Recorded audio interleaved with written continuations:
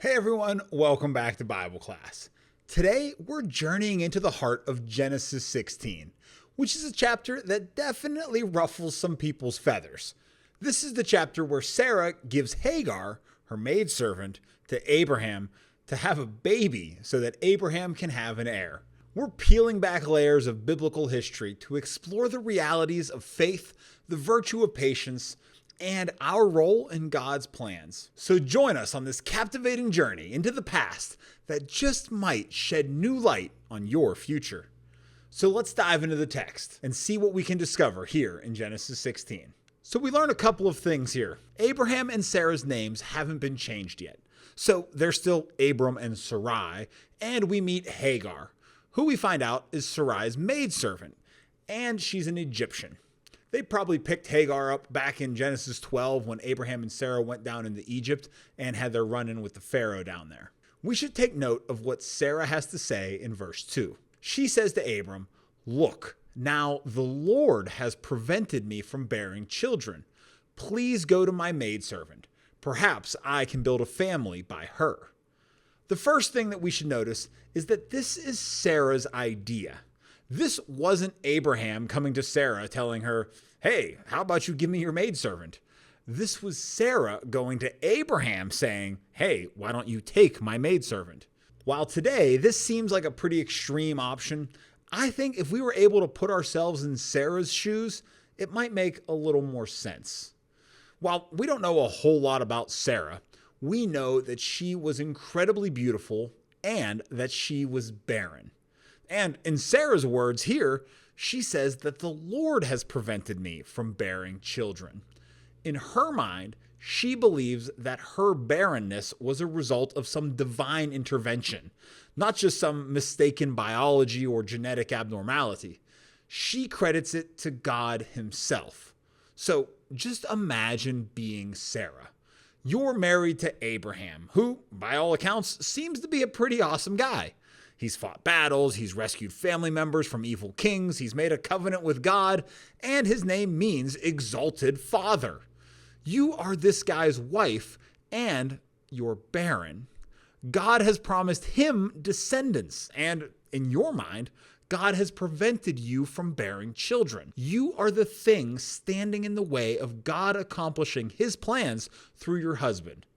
Remember that God promised Abraham an heir who comes from his own body. He didn't promise that the heir would come through you. We have the benefit of hindsight and know that later on God will promise that the heir would come through Sarah. But right here in Genesis 16, the heir has only been promised to come through Abraham. Would it be so crazy to think, what if we used a surrogate mother? In today's world, we have the benefit of fertility clinics and in vitro fertilization and artificial insemination.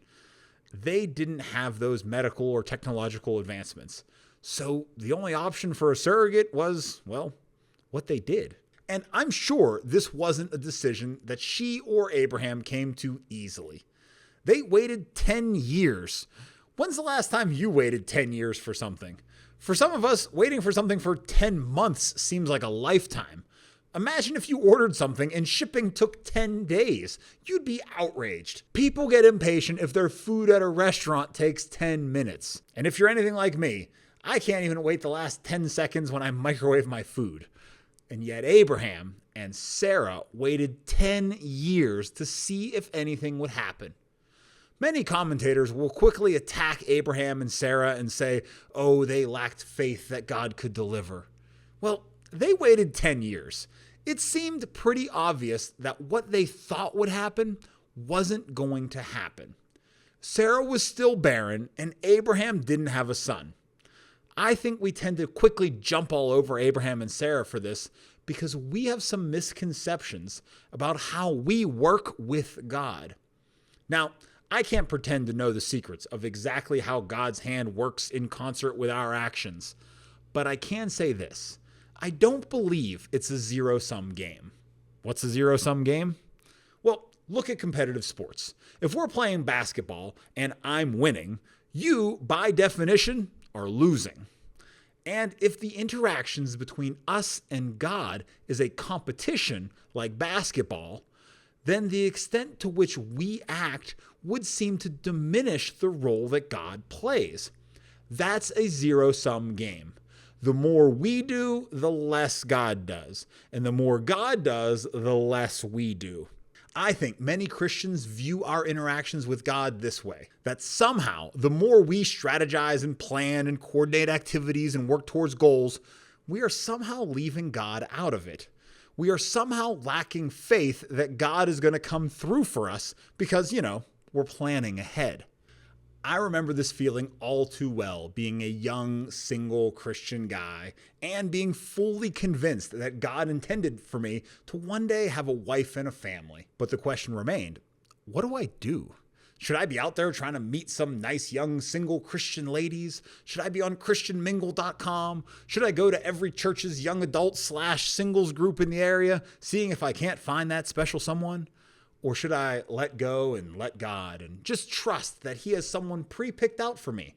And I should just sit back and wait and just continue doing whatever it is that I'm doing, and that God is somehow going to miraculously place a lady in front of me who will decide that she wants to marry me. This created some serious stress in my life, and maybe creating a lot of stress in your life. But then I realized that our interactions with God are not a zero-sum game. It's not the more I do, the less he can do. So the less I do, the more he can do. That's just not how it works. I think whenever we look throughout the Bible, we see God calling people to action. We see God making promises and then expecting people to walk in faith. We see this in the book of Joshua, where, yes, God had promised to give the Israelites the promised land, but they still have to pick up swords and go take it. We see this in the book of Esther, where God promised that he would deliver his people from persecution, but Esther still had to go before the king. And we see this in the apostolic scriptures, where God calls Paul to be the apostle to the Gentiles, but Paul still had to plan out and execute his missionary journeys. Yes, God was intimately involved in every one of these events, and God invited his people to participate in them as well. It was not a zero-sum game. Rather, it seems more like a collaboration. Some of the greatest things in life are creative collaborations. Think back to some of the peak experiences in your life. What were they? Personally, I've had the opportunity to coach nationally award-winning robotics teams and to direct Broadway-caliber musicals. And while winning awards and hearing the roar of the crowd is nice, what made it so amazing was the people I got to do it with. It was having a group of people coming together for a common goal and working day and night for weeks on end, tirelessly striving for the same goal, and then accomplishing that goal. It was the thrill of creativity merged with sharing. With the help of God, we were able to create something out of nothing. We know that God is the ultimate creator. It's the first thing he tells us about himself in the book of Genesis. And when he makes mankind, he gives us the ability to create. He wants us to share in the creative collaboration of making this world. In fact, I'll go so far as to say that it's a problem if we choose to sit back and not participate in this relationship. When we make plans and strive towards goals, it's not because we lack the faith that God is able to deliver. It's because we trust that God will deliver. It takes faith to act. It is difficult to move forward with anything when it feels like the deck is stacked against you. When it feels like all you hit is obstacle after obstacle. The logical thing to do would be to say, I guess God had other plans. That's not what Abraham and Sarah did. We have the benefit of hindsight and know that it didn't work out exactly as they had hoped. But that wasn't because they lacked faith.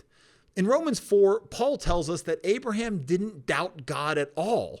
Against all hope, Abraham, in hope, believed, and so became the father of many nations. Just as he had been told, so shall your offspring be. Without weakening of his faith, he acknowledged the decrepitness of his body, since he was about 100 years old, and the lifelessness of Sarah's womb. Yet he did not waver through disbelief in the promise of God, but was strengthened in his faith and gave glory to God, being fully persuaded that God was able to do what he had promised. This is why it was credited to him as righteousness. Sure, it didn't work out the way they wanted it to, and it was difficult and probably created more problems than it solved.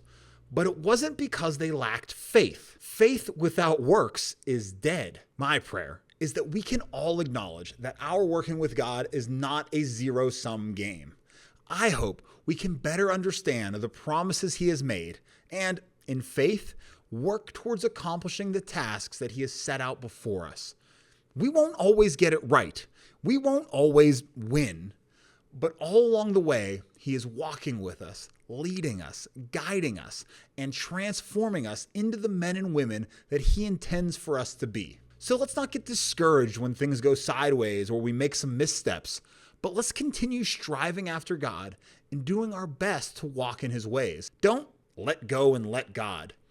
Use the mind he has given you and the gifts and talents he's blessed you with to accomplish the tasks set before you. Be strong and courageous. Do all that you can do, and God is going to do all that he can do. And thanks for joining us today here at Bible Class, where we're trying to practice what we preach. I know that we might not always get it right, but if you enjoy content like this, be sure to subscribe to the channel and hit the notification bell to be told whenever we post new videos. And we'll see you next time.